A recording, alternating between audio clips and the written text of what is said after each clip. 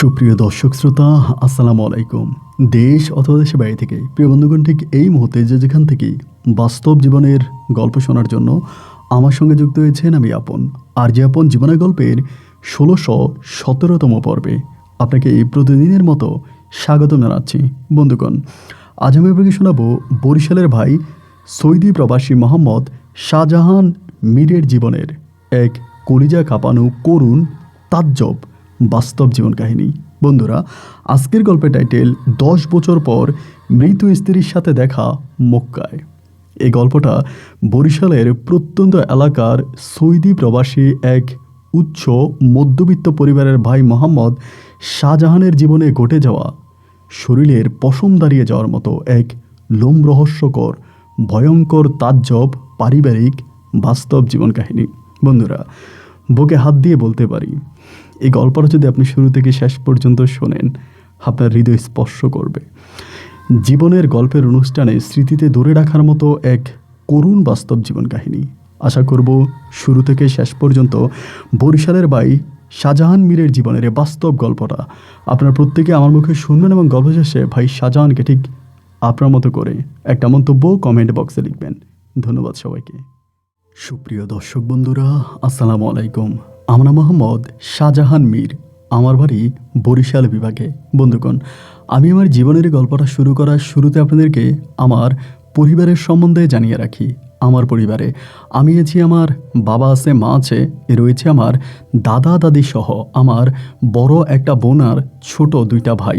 আমরা টোটাল 3 ভাই 1 বোন। আমাদের পরিবারটা বরিশাল বিভাগের অদূরের সবুজ শ্যামলে করা কোনো এক ছোট্ট অজপাড়া গায়ের এক উচ্চ মধ্যবিত্ত পরিবার। আমার বাবা পেশায় একজন ট্রাক চালক। যদিও আমরা ছিলাম মীর বংশ, আমার দাদা বড়দাদা তাদের অনেক বেশি সয় সম্পত্তি ছিল, কিন্তু শুয়ে বসে খেয়ে খেয়ে আজ আমাদের এই মীর বাড়ি হয়েছে ফকির বাড়িতে। আমাদের মীর বাড়ির এমনও মানুষ রয়েছে যারা রাস্তার পাশে ভিক্ষা পর্যন্ত করে। আমার বাবা জীবিকার তাগিদে তিনি ট্রাক চালায়। এই মীর বাড়ির মান সম্মান বলতে এখন আর কোনো কিছুই নেই। যে মীর বাড়ির নামে বাঘে মহিষে একগাটে জল খাইতো, কিন্তু সেই মীর বাড়ি এখন একেবারে দারিদ্র্য সীমার নিচে এসে দাঁড়িয়েছে। বেশিরভাগ মানুষ তো মীর বাড়ির মান সম্মান রক্ষা করার জন্য বিন গ্রামে গিয়ে কাজ করে, মীর বাড়ির আশেপাশে অন্য কোনো গ্রামে কাজ করে না, বা অনেকেই মীর বাড়ির পরিচয় দিতে চায় না। এইভাবে আমার শৈশবের দিনগুলো ওই মীর বাড়িতে কাটতে থাকে। আস্তে আস্তে করে আমি অনেকটা বড় হয়ে যাই। বড় হয়ে যাওয়ার পরে আমার গ্রামের অন্য মানুষগুলোর সঙ্গে আমিও তখন যে ধরনের কাজ পাইতাম, বিভিন্ন ধরনের কাজ কাম করতাম। আমি ছোটোবেলা থেকে দেখে আসছি আমার বাবা ট্রাক চালায়, কিন্তু আমার বাবা যদিও ট্রাক চালায়, তিনি খুব ভালো একজন মানুষ ছিলেন। তিনি 5 ওয়াক্ত নামাজ কালাম পড়তেন এবং দিনের পথে চলতেন। খুবই সম্মানিত একজন মানুষ ছিলেন আমার বাবা। মীরবাড়ির ওই একটা মাত্র মানুষ যিনি আমার বাবা, তার কথা মীরবাড়ি সহ গ্রামের আশেপাশের 8-10 গ্রামের মানুষরা বলে যে তিনি নামাজ কালাম পড়ে আর্থিকভাবে গরিব হলেও তিনি মীরবাড়ির অন্তত মীরদের সম্মান ধরে রেখেছে। যাই হোক, আমি প্রাইমারি স্কুল পর্যন্ত পড়াশোনা করি। প্রাইমারি স্কুলের পরে আমি আর খুব বেশি দূর পর্যন্ত পড়াশোনা করি না। আমার বয়স তখন আনুমানিক 17 থেকে 18 বছর। সেই বয়স পর্যন্ত আমি টুকিটাকি এখানে সেখানে কাজ করে পরিবারকে 2-1 টাকা দিয়ে পরিবারের যোগান দিচ্ছিলাম। তো ওই বয়সটাতে আসার পরে আমি একটা ছাগল কিনেছিলাম, যা ছিল রাম ছাগল। আমার ছাগল পালাটা খুব খুব পছন্দের একটা কাজ ছিল। দেখা যায় আমি বহু বছর আগ থেকে ছাগল পুষতাম। অনেক সময় ঈদের সময় বা বিভিন্ন বাজার গিয়ে আমি ছাগল কিনে আনতাম। এরপরে 6 মাস 5 মাস বা বছরখানিক পরে আমি এই ছাগল মোটামুটি ভালো টাকায় বিক্রি করতে পারতাম।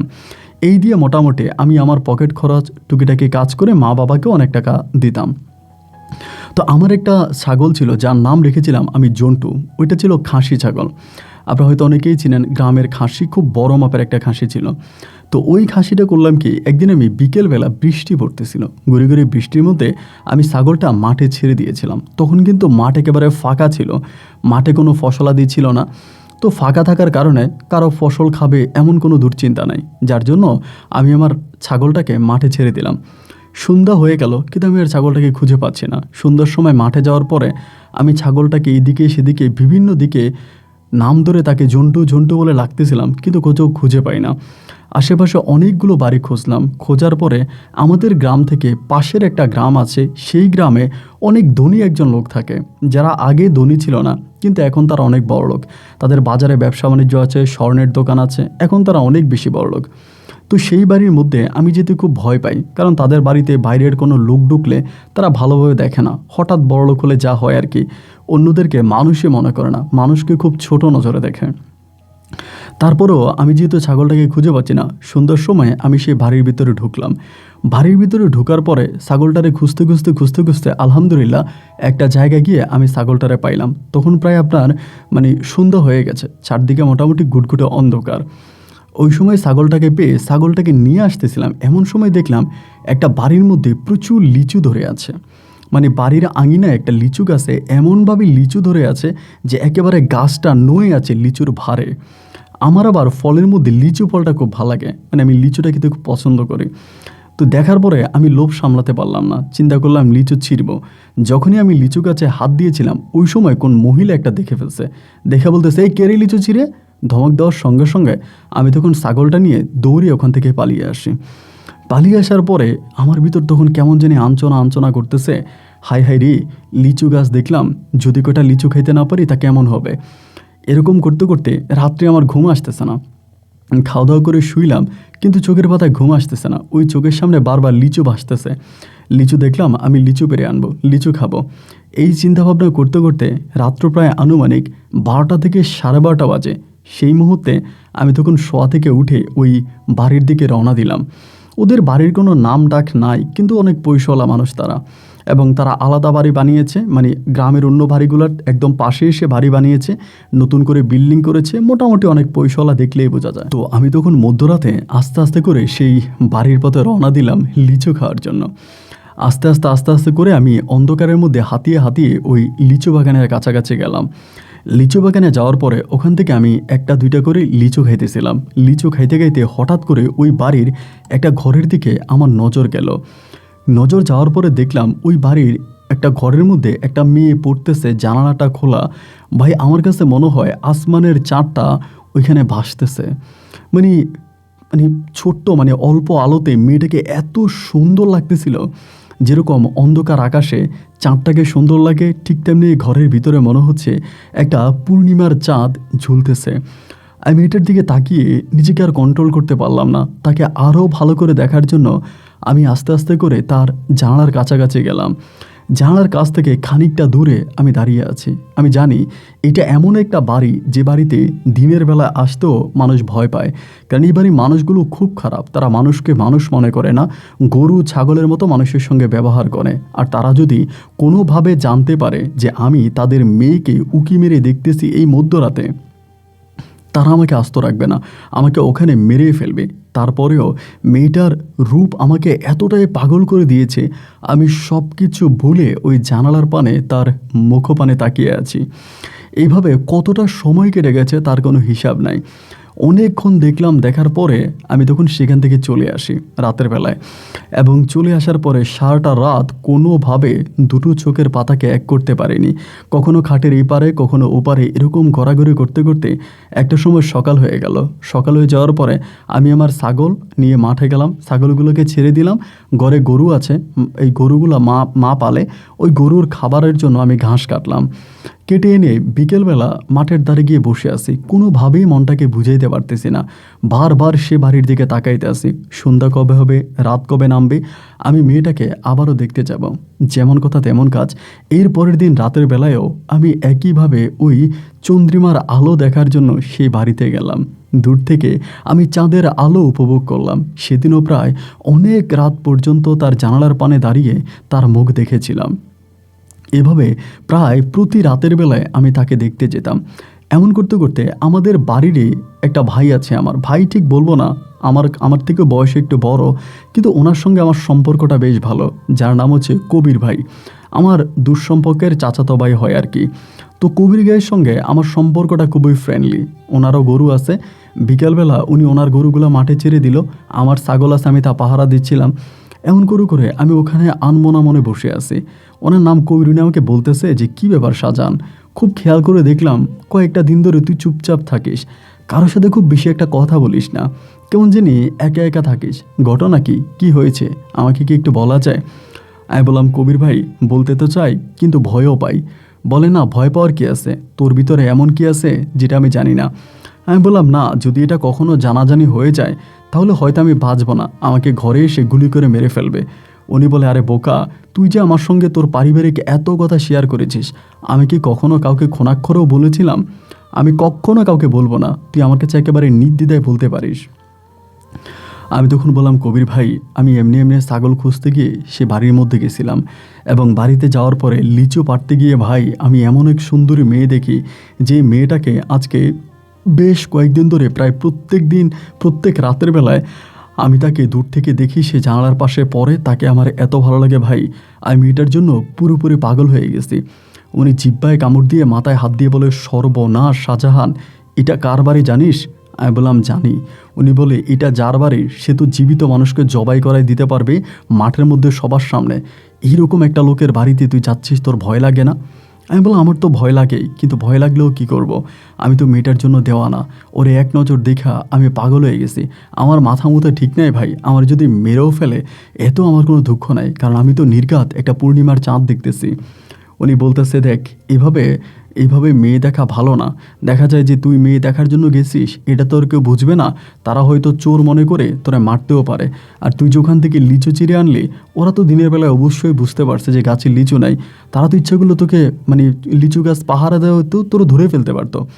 আমি বললাম, ভাই আমি অল্প কয়েকটা লিচু ছিঁড়ে আনি, ওদের বোঝার কোনো উপায় নাই যে আমি লিচু চুরি করছি, আমি কয়েকটা লিচু আনি। পরে আমাকে বলে, তারপরও শাহজাহান সে বাড়ির মধ্যে এভাবে ঘোরাফেরা করা, যাতায়াত করাটা আমার কাছে কেমন জানি ভালো মনে হচ্ছে না। তো উনি আমাকে বললো, তুই একটা কাজ করলেও তো পারিস, আমি তো জানি মেয়েটা স্কুলে পড়াশোনা করে, তুই চাইলে তো তারা এমনি একটু দেখতে পারিস। ও সরি, স্কুলে না, মাদ্রাসায়। আমি বললাম, মাদ্রাসায় পড়ে? কোন মাদ্রাসায়? বলে, অমুক মাদ্রাসায়। ওই মাদ্রাসায় মেয়েটা পড়ে, তুই চাইলে তো ওখানেও মেয়েটারে দেখতে পারিস। আমি বললাম, ভাই সত্যি কি ওই মাদ্রাসায় পড়ে? বলে, হ্যাঁ, এই বাড়িতে দুইটাই মেয়ে আছে, আমি জানি এই দুইটা মেয়ে মাদ্রাসায় পড়ে। ওনার কথা শুনে এবার আমি করতাম কি, প্রত্যেক দিন সকালবেলা যখনই মেয়েরা মাদ্রাসায় যাইতো, আমি তখনই ওই বাড়ি থেকে মোটামুটি দূরে মাদ্রাসার কাছাকাছি একটা জায়গার মধ্যে গিয়ে দাঁড়ায় থাকতাম। তা অনেকগুলো মেয়ে একসাথে যাইতো, প্রায় 5-6টার মতো, সবাই বোরকা পরে যাইতো, কিন্তু তাদের মাঝে সবচেয়ে লম্বা যে মেয়েটা আমি জানি, আমি সেই মেয়েটাকে দেখতেছিলাম, তার নামটাও কিন্তু আমি এখনও ঠিকমতো জানি না। আমি ওখানে দাঁড়িয়ে দাঁড়িয়ে তাকে দেখতাম, প্রত্যেক দিন যাইতো, যাওয়ার সময় দেখতাম, আসার সময়ও দেখতাম, মাদ্রাসা শুরু হওয়ার আগে আমি সেখানে গিয়ে দাঁড়িয়ে থাকতাম, এবং একইভাবে মাদ্রাসা শেষ হলেও আমি সেই রাস্তায় গিয়ে দাঁড়াইতাম। এইভাবে প্রতিদিন দাঁড়িয়ে থাকতে থাকতে থাকতে থাকতে একটা মেয়ে একদিন মানে ওইখানকারে ওদের সঙ্গে আছে, মেয়েটা সম্ভবত ছোটো কোনো ক্লাসে পড়ে, ওই আমার কাছে আসছে, এটা বেশ কয়েকদিন পরে আয়শা বলতেছে, আপনার নাম কি? ছোট মানুষ তো, ভোরকা পড়তে খুব সুন্দর লাগে। আমি বললাম, আমার নাম শাহজাহান। বলে, বাড়ি কই? আমি বললাম, আমাদের ওই গ্রাম, আঙ্গুল দিয়ে দেখাই দিলাম। তো বলে, আপনি প্রত্যেক দিন এখানে দাঁড়াই থাকেন কেন? আমি বললাম, দাঁড়াই থাকি কেন তা তো জানি না। আচ্ছা, ওই যে লম্বা করে যে মেয়েটা আছে ওটা তোমার কি হয়? বলে, এটা আমার বোন হয়। আমি বলছি, ওর নাম কি? বলে, ওর নাম খুশি। আমি বললাম, ওদের ঘর কোনটা? বলে, কোন ঘর মানে কেমনে বলবো? আমি বললাম, ওই যে বাড়ির বাইরে যেই একটা লিচু গাছ আছে, লিচু গাছের পাশে যেই বিল্ডিংটা আছে লাল কালার করা, এটা কি ওদের বিল্ডিং? এটা কি ওদের ঘর? বলে, হ্যাঁ এটাই ওনাদের ঘর। আপনি চিনেন কেমনে? আমি বললাম, না চিনি না। পরে বলে, এখানে দাঁড়ায় থাকেন না, এখানে দাঁড়ায় থাকলে অনেকে অনেক কিছু মনে করে। আচ্ছা, আপনি আপুরই চিনেন? আপনি আপুর পরিচিত? আমি বললাম, না আমি ওর পরিচিত না, তবে ওকে হালকা পাতলা চিনি, ও অনেক সুন্দর, ওর ঠোঁটের নিচে একটা তিল আছে, তিলটা অনেক সুন্দর লাগে। ওই পিচ্চিরে বলতেছে, আমি জানি আমি যেগুলো করতেছি এগুলো খুব খারাপ করতেছি, এর পরিণতি মোটেও ভালো হবে না, কিন্তু তারপর আমি কোনো কিছুকে ভয় করি না, তার রূপ আমাকে এতটাই পাগল করে দিয়েছে। যখন বললাম ঠোঁটের নিচে তিল আছে, এই মেয়েটা তখন চলে গেছে। ওই দিন তো চলে গেল। পরের দিন সকালবেলা আমি যখন ওখানে দাঁড়াই আছি, তখন বাকি সবগুলো মেয়ে চলে গেল, ওই লম্বা করে যে মেয়েটা আছে যার নাম বললো খুশি, ওই খুশি তখন এসে আমার সামনে দাঁড়াইছে, এবং তার চোখের দিকে তাকিয়ে আমি মনে হয় যেন খুন হয়ে যাব, একেবারে বড় বড় চোখ করে ডাহা ডাহা চোখে আমার দিকে তাকিয়ে আছে। তাকিয়ে দেখে বলে, কি ব্যাপার মিস্টার, আপনি আমাকে কীভাবে দেখছেন? আমি তখন কোনো কথা বলি না, চুপচাপ নিচের দিকে তাকিয়ে আছি। বলে, কথা বলেন, আপনি আমাকে কিভাবে দেখছেন? আমি তো কোনোদিনও বেপরদায় কারোর সামনে যাই না, আমি তো কোনোদিনও পর্দা ছাড়া ঘর থেকে বেরোই না, হিজাব ছাড়া ঘর থেকে বেরোই না, বোরকা ছাড়া বের হই না, আমার ঠোঁটের নিচে তিল আছে এটা আপনি কেমনে জানছেন বলেন? আমি তখন ওখানে দাঁড়ায় আছি, তার দিকে তাকায় আছি। আমি বললাম, আপনার ঠোঁটের নিচে তিল আছে, এটা কি মিথ্যে? বলে, না, এটা মিথ্যে না, এটা সত্যি। এটা জানার জন্যই তো আপনার কাছে আসছি। এই সত্যিটা আপনি কিভাবে জানলেন? আমি বললাম, আপনার তো মাদ্রাসার সময় চলে যাচ্ছে, আপনি চলে যান, বাকিরা চলে গেছে, একটু পরে ক্লাস বসে যাবে। ও বলে, আজকে আমি মাদ্রাসায় যাব না, আজকে ক্লাসও করব না, আজকে আমি আপনার 12টা বাজিয়ে ছাড়বো। আপনি বলেন, আপনি আমাকে কীভাবে দেখছেন? আমি তখন বললাম, দেখেন, আমি খুব সহজ সরল একটা মানুষ, আমরা মীর বংশ, মীর বাড়ির লোক। যদিও বর্তমানে আমরা অনেক গরিব, আমাদের অর্থ সংকট আছে, কিন্তু বিশ্বাস করেন মীরের সম্মান এখনও আছে। মীরেরা মিথ্যা বলে না। আমি আপনার কাছে মিথ্যা বলবো না, আসলে আপনাকে আমি দেখছি। বলে, কিভাবে দেখছেন সেটাই বলেন। আমি বললাম, ঠিক যেভাবে ঘটছে ওভাবেই বলছে। আপনি যেখানে পড়েন, আমি বেশ কয়েকদিন ধরে আপনার জানালার সামনে গিয়ে দাঁড়াইছিলাম, আমি আপনাকে দেখছি। এটা বলার পরে ও একেবারে চোখ বড় করে আমার দিকে তাকিয়ে বলে, আপনি কি মানুষ? আপনি কি কোনো মরার ভয় নাই? আপনি আমার জানালার সামনে গিয়ে আমি পড়ছি, আপনি এটা দাঁড়ায় দাঁড়ায় ওখানে দেখছেন? আমি বললাম, হ্যাঁ, আমি দেখেছি। বলে, আমার বাবা, ভাইয়া এরা যদি দেখতো তাহলে কি আপনাকে আস্ত রাখতো? আমি বললাম, আমি তো আপনাকে আগেই বললাম, আমি মরণকে ভয় পাই না। আপনার রূপ আমাকে এতটাই পাগল করেছে, আমার পরিণতি শেষ পর্যন্ত কি হবে এইটা আমার দেখারও বিষয় না, শোনারও বিষয় না, জানারও বিষয় না। আমি আপনাকে যে দেখতে পাই এটাই না আমার ভালো লাগে। আর আপনাকে এক দেখা মানে মনে হয় যেন আমি শতবার মরে আবার জীবিত হতে পারবো। মেয়েটা তখন বলতেছে, কি আপনি কি সিনেমা টিনেমা করেন নাকি কোনো নাটক ফাটক করেন? কি কিছু করেন? আমি বললাম, না, আমি কিছু করি না। বলে, তাহলে এরকম সিনেমা লোকদের মতো কথা বলেন কেন? আমি বললাম, আমি জানি না আমি কেন সিনেমা লোকদের মতো কথা বলি। বলে, আপনি তো দেখতে শুনতে সুন্দর আছেন, এরকম রাস্তার ছেলেদের মতো রাস্তায় দাঁড়িয়ে মেয়ে দেখাটা ভালো দেখায় না। ভালো ছেলে মীরের বংশ, বাড়ি চলে যান। আমি বললাম, না, আমি কোনোদিনও বাড়ি যাব না। আমি মীর বংশের লোক হতে পারি, কিন্তু তোমার জন্য আমি রাস্তার ফকিরও হতে পারি। আমি তোমাকে এক কথায় বলতে গেলে ভালোবাসি। মেয়েটা তখন একটা হাসি দিল, হাসি দিয়ে বলতেছে, আমি সত্যি অবাক যে একটা ছেলে এইভাবে একটা মেয়েরে ভালোবাসতে পারে, আর প্রথম দেখায় এভাবে ভালোবাসি বলে ফেলতে পারে। আপনি কি কোনো ভয় নেই? আপনি কি পাগল? আমি বললাম, তা ঠিক জানি না আমি পাগল কি না, তবে আপনাকে আমার ভালো লাগে। আমি প্রতিদিন দাঁড়িয়ে দাঁড়িয়ে আপনাকে এখানে দেখব। বলে, এখানে দেখার দরকার নাই, বুকে সাহস আছে? আমি বললাম, অবশ্যই আছে। যদি বুকে সাহস থাকে তাহলে আজকে রাতে আমার জানালার পাশে আইসেন, তাহলে সরাসরি দেখতে পাবেন, এভাবে চুরি করে না। আমি বললাম, সত্যি কিন্তু আমি আসবো? ও বলে, হ্যাঁ, আইসেন। আইসা কোথায় দাঁড়াবেন? আমি বললাম, আপনাদের বাড়ির সামনে যে লিচু বাগানটা আছে, লিচু গাছটা আছে, ওই লিচু গাছের নিচে দাঁড়াবো। বলে, সত্যি তো? আসবেন তো? আমি বললাম, আসবো। বলে, কয়টায় আসবেন? আমি বললাম, কয়টায় আসবো? বলে, আপনি বলেন। আমি বললাম, 12টায় আসবো। বলে, মনে রাখেন কিন্তু বুকে কতটা সাহস এটা কিন্তু দেখবো। আমি বললাম, সাহসের কি দেখবেন আপনি? আমি অবশ্যই আসবো। বলতেছে, এই দিনই আপনার শেষ রাত, মনে রাখবেন। আমি কিন্তু আমার বাড়ির সবাইকে বলে ইচ্ছা মতো পিটানি খাওয়াবো আপনাকে। আমি বললাম, ঠিক আছে, খাটাইয়েন, আমার কোনো দুঃখ নাই, আমি মরতেও রাজি আছি। এগুলো বলতে বলতে মেয়েটা তখন হেঁটে চলে গেল। আমি তখন বাড়ির দিকে চলে গেছে, আর ক্লাসে যাই না। আমি তখন আবারও চলে আসি বাড়িতে। বাড়িতে এসে আমি চিন্তা করি আমি এটা কী করতেছি, কিন্তু কোনো কিছুই বুঝতেছি না। তারা তো কথাও দিয়ে দিছি আজকে রাতে যাব। আর এই মেয়ে এক দেখায় প্রথমবার আমার সঙ্গে কথা বলেছি, সে কি আমাকে ভালোবাসে? তার বাড়ির কাছে গেলে সে কি তার বাবার হাতে আমাকে ধরাই দিবে? তার বাবা কি আমাকে মারবে? এই চিন্তা ভাবনাগুলো করতে করতে একটা সময় সন্ধ্যা হয়ে যায়। ছাগলগুলোরে ঘরে আনি বাঁধি বাইদা চিন্তা করতেছি, কপালে যা আছে তাই হবে, ভাগ্যে যা আছে তাই হবে। আমার আর এত কিছু দেখার দরকার নাই, আমি যাবই যাব। এই নালে হয় আমার মৃত্যুই হবে, তাতে কি? এই কথা ভাইবা মরণকে বরণ করে আমি রাত্র প্রায় 11:30টার দিকে ঘর থেকে বেরিয়ে গেছি। ওই দিন মোটামুটি ভালো পোশাক আশাক পরেই গেছি। অবাক করা বিষয় হলো, আমি 12টার কাছাকাছি ঠিক ওই লিচু বাগানের লিচু গাছের নিচে গিয়ে দাঁড়াইছি। দাঁড়ানোর কিছুক্ষণ পরে ও তখন করলো কি, ঘরের ভিতর থেকে, যেখানে ও পড়তে বসছে ওই ভিতর থেকে জানালা দিয়ে আমার দিকে একটা টর্চের লাইট মারছে। টর্চের আলোটা মারার পরে আমি হাত দিয়ে ইশারা দিচ্ছি আমি ওখানে আছি, সঙ্গে সঙ্গে লাইটটা অফ করে ফেলছে। অফ করে ফেলে কিছুক্ষণ পরে ও তখন করলো কি, আমি দেখলাম ওই জানালাটা বন্ধ করে দিছে। জানালাটা বন্ধ করে আর আসতেছে না। আমি দাঁড়াই আছি। রাত্র প্রায় 1:30টার মতো বেজে গেছে। ওই জানালাও খোলে না, ঘরের বাতিও বন্ধ করে না, আসেও না। রাত্র আনুমানিক প্রায় 2টার দিকে নুপুর পায়ে ঝুমুর ঝুমুর করে চুরি চুরি করে চুপি সারে আমার ওই লিচু গাছের নিচে আসছে। বিশ্বাস করেন, আমার মন চাচ্ছিল তারে বুকে জড়িয়ে ধরে কপালে চুমু দিয়ে বলি, জীবনে আল্লাহর কাছে আর কিচ্ছু চাওয়ার নাই, ঠিক এটুকুই যথেষ্ট। কিন্তু কোনো কিছু বললাম না। ও এসে আমার সামনে দাঁড়ায় আছে, বলে আপনার কলিজাটা কত বড়, আমার খুব দেখতে ইচ্ছে করে। আমি বললাম বুকটা চিরে দিব কলিজাটা হাতে তুলে।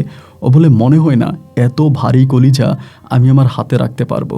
আপনি কি ভাই, আপনি কি মরণরে ভয় পান না? আপনি কি আমার আব্বারে চিনেন না? আমি বললাম চিনি। আপনি জানেন না আমার আব্বা কী জিনিস? আমি বললাম সেটাও জানি। তারপরেও আপনি এখানে কেন আসছেন? আমি বললাম মরার জন্য আসছি। ও বলে কেন? আমি বললাম তোমার ভালোবাসায় আমি অনেক আগেই মরে গেছি, নতুন করে আর কি আমারে মারবা বলো? ও তখন বলে সত্যি এমন একটা ছেলে পাওয়া ভাগ্যের ব্যাপার, কিন্তু আমার যে ফ্যামিলি তারা কি আর আমার ভালোবাসার কোনো মূল্যায়ন করবে? আমি বললাম তুমি আমাকে ভালোবাসো? ও বলে তা ঠিক জানি না, তবে আপনার সাহস দেখে আমি আপনার প্রতি মোটামুটি জীবনে প্রথম না কোনো ছেলের প্রতি দুর্বল হয়ে গেলাম। ওর এই কথাটা শুনে মনে হলো কলিজাটা একেবারে শীতল হয়ে গেছে। আল্লাহর কাছে আর কিচ্ছু চাওয়ার নাই। আমি বললাম তোমাকে পাই বা না পাই, কিন্তু তোমার মুখে যে ভালোবাসি কথাটা শুনেছিলাম আমার সারাটা জীবন বেঁচে থাকার জন্য ঠিক এই কথাটাই যথেষ্ট। এরকম করে তার সাথে অনেকক্ষণ পর্যন্ত রাতে গল্প করলাম এবং আসার সময় বললাম আমি কিন্তু কালকে রাতে আবারও আসবো। ও বলে আমি কিন্তু জানি না কবে আপনি ধরা পড়ে যান। এরপরে রাতে আমি আবারও তার সঙ্গে দেখা করতে গেলাম। এইভাবে দিনের পর দিন আর রাতের পর রাত কাটতেছে এবং তার সঙ্গে আমার একটা গভীর প্রেমের সম্পর্ক হয়ে যায়। প্রায় আমরা এভাবে দীর্ঘ 1 থেকে 1.5 বৎসরের মতো প্রেম করি। আমার প্রেমটা রাতের বেলায় হতো। রাত 12টা বাজে যাইতাম, 1টা 2টা পর্যন্ত ওই লিচু বাগানের নিচে ও আর আমি বসতাম, গল্পগুজব করতাম, প্রেম করতাম, রোমান্স করতাম, ভালোবাসতাম, একে অপরকে বুকে ঝরিয়ে ধরে আদর করতাম এবং এরপরে যথারীতি সে তার ঘরে যেত আর আমি গুনগুনিয়ে গান গাইতে গাইতে আমার ঘরে এসে ঘুমাইতাম। এভাবে 1-1.5 বছর পরে ও আমাকে বলতেছে আমাদের ভালোবাসার ভবিষ্যৎটা কি, এভাবে আর কতদিন চলবে? দেখা যায় যে আমিও বড় হয়েছি, এদিক সেদিক থেকে আমারও বিয়ের প্রস্তাব আসতেছে। আমি তো আর বেশি দিন থাকতেও পারবো না, আর আমার আব্বা অলরেডি আমাকে বিয়ে দেওয়ার জন্য কথাবার্তা বলতেছে। আমি তখন বললাম তা তো হইতেই পারে, তোমার আব্বা তোমাকে বিয়ে দিবে, তোমার বিয়ের বয়স হয়েছে, তোমাকে তার বিয়ে না দিয়ে রাখবে না। কিন্তু তুমি তো ভালো করেই জানো আমরা মীরের বংশ, হতে পারি, কিন্তু বর্তমানে আমাদের তো কোনো কিছুই নেই। আমার আব্বা পেশায় একজন গাড়ি চালক, উনি ট্রাক চালায়। তো এরকম একটা ফ্যামিলির ছেলের কাছে তোমার বাবা কি তার মেয়ে বিয়ে দিবে? ও বলে বিয়ে দিবে তো দূরের কথা, যদি কখনো জানতে পারে যে তোমার সঙ্গে আমার কোনো সম্পর্ক আছে আমাকে কাইটা গাঙ্গে বাসায় দিবে, তারপরও তোমার কাছে আমাকে বিয়ে দেবে না। আমি বললাম সেটা তো আমি জানি তোমার বাবা কখনোই আমার কাছে তোমাকে বিয়ে দিবে না, কিন্তু আমি কি করতে পারি তুমি কি আমাকে একটু বলবা? ও বলে তা ঠিক জানি না তুমি কি করবা, তবে এটা সত্যি যে আমি তোমাকে না পাইলে নিজেও মরে যাব, কারণ আমি তোমাকে অনেক ভালোবাসি। এরকম করতে করতে প্রত্যেক দিন দেখা হইতো, কথা হইতো, দেখা হইতো, কথা হইতো, এমন করতে করতে আমি বললাম খুশি একটা কাজ করি না, সবাই যা করে চলো না আমরা তাই করি। ও বলে সবাই কি করে? আমি বললাম সবাই বাবা মা যদি সম্পর্ক মাইনা না নেয় তাহলে পালায়া যায়, ভাইগা যায়। ও বলে তাহলে তুমি কি বলতেছো, ভাইগা যাবা? আমি বললাম হ্যাঁ, এছাড়া তো আমার কাছে আর কোনো পথ খোলা নেই। তোমার আব্বা এই সম্পর্ক কখনোই মেনে নিবে না, তো আমি কি তোমাকে ছাড়া সারা জীবন থাকতে পারবো? আমি তো পারবো না। এই জন্যই বলছিলাম যে চলো আমরা পালায়া যাই। ও বলে হ্যাঁ পালিয়ে যেতে পারি, আমার তো পালিয়ে যাওয়া ছাড়া আর কোনো পথ নাই, কিন্তু পালিয়ে যাবোটা কোথায়? আমি বললাম তুমি যদি পালিয়ে যেতে রাজি থাকো তাহলে আমি একটা থাকার ব্যবস্থা করব। ও বলে আমার না খুব ভয় লাগে, আমার আব্বা খুব রাগী মানুষ, তো হুটহাট করে আবার কি না কি করে বসে। আমি বললাম আরে না, কি করবে? যখন আমরা পালিয়ে যাবো আমাদের বিয়ে হয়ে যাবে, এরপরে তোমার আব্বা আর কী বা করতে পারবে? ও বলে তাহলে ঠিক আছে, তুমি একটা জায়গা ঠিক করো কোথায় যাওয়া যায়, সেখানে আমরা দুজনে না হয়ে পালিয়ে যাব। ওর কথাবার্তা মোতাবেক আমি তখন জায়গা খুঁজতে শুরু করি। তো বেশি দূরে না, আমাদের এলাকা থেকে মোটামুটি একটু দূরে আমার এক দুঃসম্পর্কের খালার ঘর, মানে খালার বাড়ি আমি তখন ঠিক করি। খালার সঙ্গে কথাবার্তা বলি, বাট খালা আমারে বলতেছে এটা করা মনে হয় ভালো হবে না, কারণ মেয়ের বাবা তো অনেক খারাপ। আমি বললাম খারাপ হোক আর যাই হোক খালা, কয়েকটা দিন আপনার বাসায় লুকিয়ে থাকবো, এরপরে না হয় একটা না একটা ব্যবস্থা হবে। খালার সঙ্গে কথাবার্তা বলে একদিন রাতের বেলায় ওকে বললাম যে খুশি তুমি আজকে রাতে চলে আইসো, আগামী দিন রাতে তুমি চলে আইসো ব্যাগ ট্যাগ সব কিছু নিয়ে। যেমন করে তারে বলছি ও ঠিক তেমন করেই ঘর থেকে ব্যাগ ট্যাগ নিয়ে মধ্যরাতে আমার ওই লিচু গাছের নিচে আসে। সেখানে তার হাত ধরে এই ঘুটঘুটে অন্ধকার রাতের বেলায় হাঁটি হাঁটি পা করে পাশের একটা গ্রামে আমার খালার বাড়ি, সেই খালার বাড়িতে গিয়ে উঠে। রাতের বেলায় খালার ঘরে উঠে এবং খালার ঘরটা একেবারে মানে আপনার বাড়ির থেকে আলাদা একটা বাড়ি, ওনার বাড়িতে খুব বেশি একটা মানুষ যায় না, আর খালুও দেশে থাকে না বিদেশে থাকে, এই জন্য খালা একাই এবং উনি খুব ভালো। ওনার ঘরে গেলাম, যাওয়ার পরে খালা বলতেছে তোরা যে আমার কোন বিপদে ফালাইবি আল্লাহ ভালো জানে, আমার না মাথায় আসতেছে না। এটা বলার পরে বলে তোরা ঘরে যা। কিন্তু ও তখন আমার হাতে ব্যাগটা দিছে। ব্যাগটা দেওয়ার পরে আমি তখন খালার হাতে ব্যাগটা দিছি, বললাম খালা আপনি ব্যাগটা রাখেন। তো ব্যাগটা খালার হাতে দেওয়ার পরে ও আর আমি তখন রুমে গেছি। রুমে যেয়ে হাত মুখ মুছতেছি ধুইতেছি, ও আমারে বলতেছে ব্যাগটা কই। আমি বললাম ব্যাগ তো খালার হাতে দিয়ে আসছে। ও বলে আরে ব্যাগ খালার হাতে কেন দিচ্ছ, ব্যাগটা নিয়ে আসো। আমি বললাম কেন, ব্যাগে কী আছে। ও বলে আরে বাবা ব্যাগটা নিয়ে আসো তুমি। পরে খালার কাছে গেলাম, যে বললাম খালা ওই খুশি বলতেছে ব্যাগ নাকি একটু লাগবে দেন। পরে খালা ব্যাগ দিছে। আমি বললাম কী ব্যাপার, খালার হাতে ব্যাগ দিলাম, খালা ব্যাগ সেভ করে রাখবে, তো তুমি আবার নিয়ে আসলা কেন। ও বলে তুমি জানো ব্যাগের মধ্যে কী আছে। আমি বললাম কী আছে। ও বলে দাঁড়াও তাহলে তোমারে দেখাই। এরপর ও তখন ব্যাগের চেনগুলো খোলার পরে প্লাস্টিকে পেঁচানো অনেকগুলো গয়না গয়না এবং কিছু মোটামুটি নগদ টাকা ওইগুলা। আমি বললাম তুমি এগুলো কেন আনছো। ও বলে আমি তো জানি তুমি বেকার, তুমি কোনো কাজ কাম করো না, ছাগল পাইলা গরু পাইলে কি আর সংসার চালাইতে পারবা, আর আমি তো গ্রামে তোমাকে নিয়ে থাকতেও পারবো না। আমার যে বাবা তোমারও মেরে ফেলবে আমারও মেরে ফেলবে, এই জন্য গয়নাগাটিগুলো নিয়ে আসছে যাতে এগুলো দিয়ে আমরা কিছু একটা করতে পারি। আমি বললাম খুশি তুমি সত্যি না আমাকে অনেক ভালোবাসো, যতটা না ভালোবাসো তার থেকে অনেক বেশি আমাকে বুঝো। ও বলো টাকা দিতে বললে ওই পশ্চিম ঘরের জ্যাটা হবে ভালো। আমি তখন হাসলাম, ও হাসলো, এবং এই করে দুজনে তখন ওই ঘরের মধ্যেই শুয়ে পড়ছি এবং আমরা দুজনেই চিন্তা করলাম যে আমরা এই রাতটাই এখানে থাকবো, কারণ এখানে থাকা আমাদের জন্য সেফ না, যেহেতু পার্শ্ববর্তী গ্রাম, এবং আগামী দিনে আমরা এখান থেকে কোথাও না কোথাও চলে যাব। এর পরের দিন আমার খালার তখন আমি বললাম খালা আমি তো অরিনিয়া পালায়া চলে আসছি, এখন এলাকার পরিস্থিতি কি তা তো জানি না, আমাদের কাছে কোনো মোবাইল ফোন টোনও নেই, একটা কাজ করেন না খালা, আপনি গিয়ে একটু খবর নিয়ে আসেন, আমাদের বাড়িতে যান এবং ওদের পাড়াটাও একটু হেঁটে আসেন, খোঁজ খবর নিয়ে আসেন কী অবস্থা। ততক্ষণ পর্যন্ত আমরা ঘরের ভিতরে আছি। এই কথা বলার পরে খালা বলে হ্যাঁ আমি যাব।